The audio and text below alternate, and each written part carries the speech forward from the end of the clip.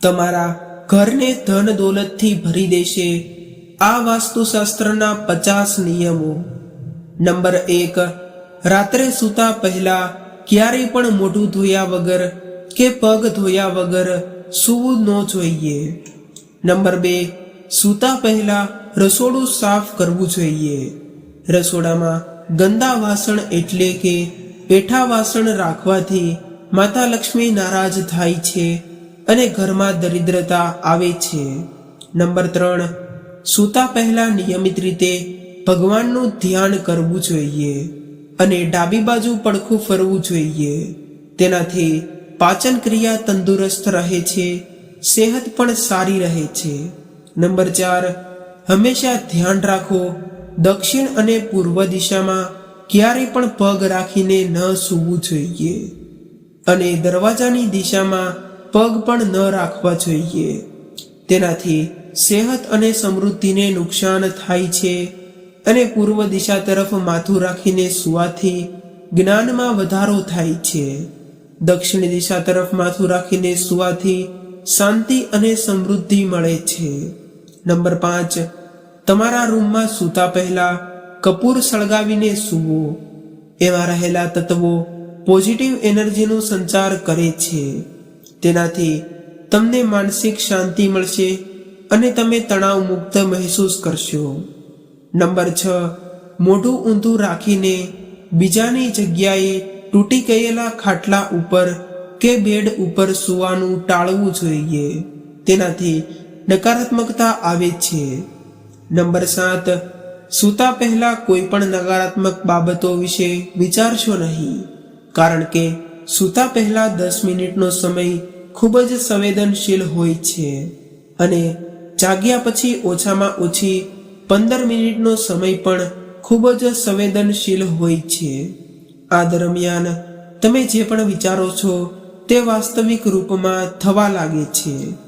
Number 8, સૂવા માટે પથારી મુલાયમ અને આરામદાયક હોવી જોઈએ। ચાદર અને ઓશિકાનો રંગ પણ એવો હોવો જોઈએ જે આપણી આંખોને અને મનને શાંતિ આપે।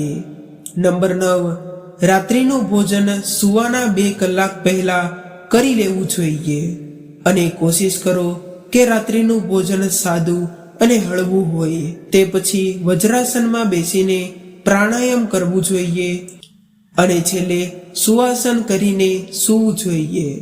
નંબર 10 પર છે, જે વ્યક્તિ સવારે જાગીને પોતાની પથારીને સાફ નથી કરતા તેમને પોતાના જીવનમાં ધનના અભાવોનો સામનો કરવો પડે છે। નંબર 11, વિજ્ઞાન અનુસાર ચેત સૂવાથી કરોડરજ્જુને નુકસાન થાય છે, જ્યારે ઊંધું સૂવાથી આંખોને નુકસાન પહોંચે છે।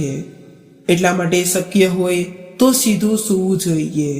નંબર 12, ઘરના વડીલોનો કોઈ પણ ફોટો ક્યારેય પણ પૂજા રૂમમાં ન રાખવો જોઈએ। તેમનો ફોટો તમે દક્ષિણ દિશામાં લગાવો। નંબર 13, જો તમે તૂટી ગયેલો સામાન ઉપયોગ કરો છો તો તેનાથી તમારા જીવનમાં ધન સંબંધિત સમસ્યા ઉત્પન્ન થાય છે। નંબર 14, ઘણા લોકોને આદત હોય છે કે તેઓ સાંજના સમયે સૂવે છે, પરંતુ આ સમયે સૂવું ઉચિત માનવામાં આવતું નથી। તેનાથી માતા લક્ષ્મી તમારાથી નારાજ થઈ જાય છે। નંબર 15, તમારે તમારા ઘરમાં કચરો ન રાખવો જોઈએ। નંબર 16, ઘણા લોકો તેમના દાંતેથી નખને કાપે છે, પરંતુ તેનાથી માતા લક્ષ્મી તમારાથી નારાજ થઈ જાય છે અને તમારા ઘરમાં દુઃખ અને દરિદ્રતા આવે છે। નંબર 17, જે વ્યક્તિ 40 દિવસથી વધુ પોતાના વાળ રાખે છે તેમના પર માતા લક્ષ્મી નારાજ થાય છે। એટલા માટે તમારે 40 દિવસ પહેલા તમારા વાળ કપાવી લેવા જોઈએ। નંબર 18, તમારે તમારા સગા સંબંધીઓ સાથે ખરાબ વર્તન ન કરવું જોઈએ। તેનાથી ધનના દેવી માતા લક્ષ્મી પણ નારાજ થાય છે। નંબર 19, મહિલાઓએ ક્યારેય પણ ઊભા રહીને પોતાના વાળ બાંધવા ન જોઈએ। નંબર 20, જે વ્યક્તિ સવારે સૂર્ય ઉગે સૂર્યોદય થાય ત્યાં સુધી સૂતા રહે છે તો તેમને પોતાના જીવનમાં આર્થિક સંકટનો સામનો કરવો પડે છે. નંબર 21, ઘણા લોકો મંદિરનો દીવો ફૂંક મારીને ઓલવી દે છે, પરંતુ આવું ન કરવું જોઈએ. તેનાથી માતા લક્ષ્મી તમારાથી નારાજ થાય છે. નંબર 22, હાથ ધોયા વગર ક્યારેય પણ ભોજન ન કરવું જોઈએ. નંબર 23, ભોજન કરતા પહેલા ભગવાનનો આભાર જરૂર માનવો જોઈએ, જેના કારણે તમારા ઘરમાં ક્યારેય ધન અને ધાન્યની કમી નહીં થાય અને માતા લક્ષ્મી તમારા ઘરમાં વાસ કરે છે. નંબર 24, તમારા ઘરમાં કરોળિયાના જાળા થોડા દિવસે સાફ કરવા જોઈએ. ઘરમાં જાળા હોવાથી માતા લક્ષ્મી નારાજ થાય છે. નંબર 25, રાતના સમયે પીવાનું પાણી ખુલ્લું ન રાખવું જોઈએ. નંબર 26, રાતના સમયે ભૂલથી પણ પોતાના ઘરમાં સાવરણીથી વાળવું જોઈએ નહીં. તેનાથી માતા લક્ષ્મી તમારું ઘર છોડીને ચાલ્યા જાય છે. નંબર 27, તમારા ઘરમાં બૂટ કે ચંપલ ગમે ત્યાં વેરવિખેર કે ઊંધા ચત્તા ન રાખવા જોઈએ. નંબર 28, જો તમે સ્નાન કર્યા વગર ભોજન કરો છો તો તેનાથી માતા લક્ષ્મી તમારાથી નારાજ થાય છે. નંબર 29, ઘણા લોકોને જ્યાં ત્યાં થૂકવાની આદત હોય છે, પરંતુ આ આદતને કારણે તમારે ઘરના ધનના અભાવનો સામનો કરવો પડે છે. નંબર 30, ખાવાનું પીરસતી વખતે થાળીને એક હાથે ન પકડવી જોઈએ. થાળીને હંમેશા બંને હાથે પકડીને રાખવી જોઈએ. નંબર 31, ઘરના તમામ અરીસા ઉપર ઉત્તર અથવા તો પૂર્વ દિશાની દિવાલ ઉપર જ હોવા જોઈએ. દક્ષિણ અને પશ્ચિમ દિશાની દિવાલ ઉપર અરીસો ન લગાવવો જોઈએ. નંબર 32, ખાવાનું ખાતા સમયે ભોજનની થાળીને ક્યારેય પણ જમીન ઉપર ન રાખવી જોઈએ. પોતે પણ સીધા જમીન ઉપર બેસીને ભોજન ગ્રહણ ન કરવું જોઈએ. ભોજન કરતી વખતે આસન પાથરીને બેસવું જોઈએ, તેમજ થાળીને પાટલી ઉપર રાખીને ભોજન ગ્રહણ કરવું જોઈએ. નંબર 33, બિસ્તર પર બેસીને ક્યારેય પણ ભોજન ન કરવું જોઈએ. નંબર 34, ભોજન કરતા સમયે તમારું મોઢું ભૂલથી પણ દક્ષિણ દિશા તરફ ન હોવું જોઈએ. આ દિશા મૃત્યુના દેવતા યમરાજ અને મૃતકોની માનવામાં આવે છે. નંબર 35, ખુરશી પર બેસીને પગ હલાવીને ભોજન કરવું અશુભ માનવામાં આવે છે, તેમજ થાળીને હાથમાં પકડીને પણ ન ખાવું જોઈએ. નંબર 36, ડાઇનિંગ ટેબલ ક્યારેય ખાલી ન રાખવું જોઈએ. ડાઇનિંગ ટેબલ ઉપર હંમેશા ખાવાની વસ્તુ રાખવાથી બરકત આવે છે.